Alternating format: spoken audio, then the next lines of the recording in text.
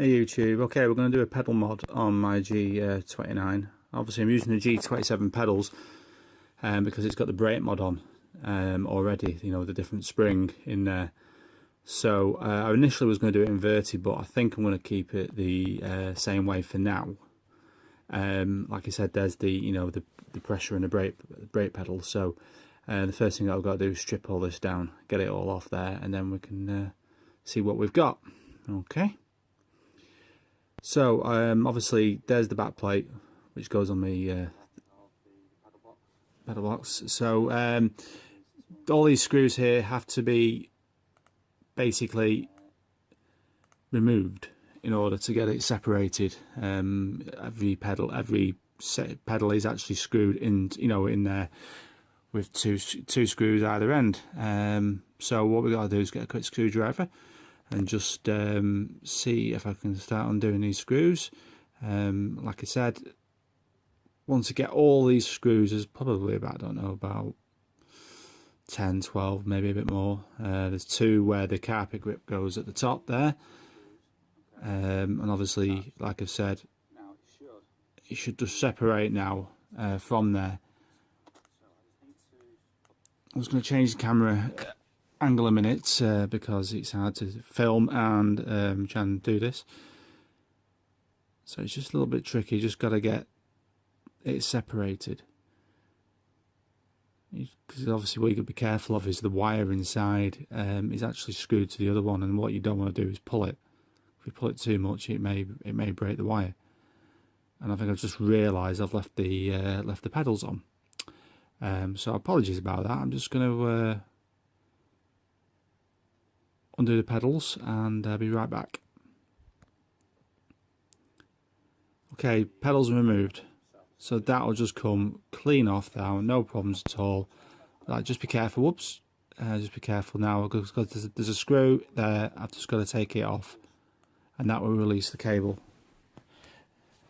So it's really like a little clamp with two screws. So you know, as soon as I do that, it'll make it so much easier. I'm just going to change hands because I can't. No, I can't do it with my left hand. I'm just going to change back to my right hand. Okay, so it's just going to release the cable. The other screw.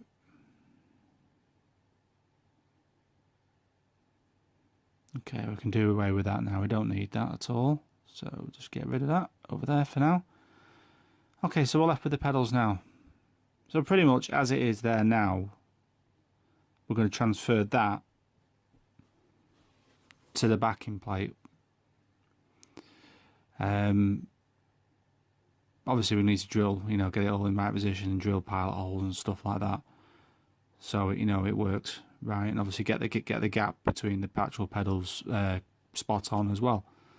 I think already, actually, yeah, I've already marked A, B and C when I did the brake mod, so obviously accelerator, brake, clutch, so it makes it very, very easy. And now I've got to remove the 4 screws per pedal, so I can, you know, put them down on the backing plate to see what it looks like.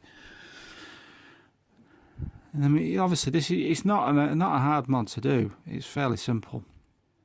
And as you can see now, I've removed them from the plastic.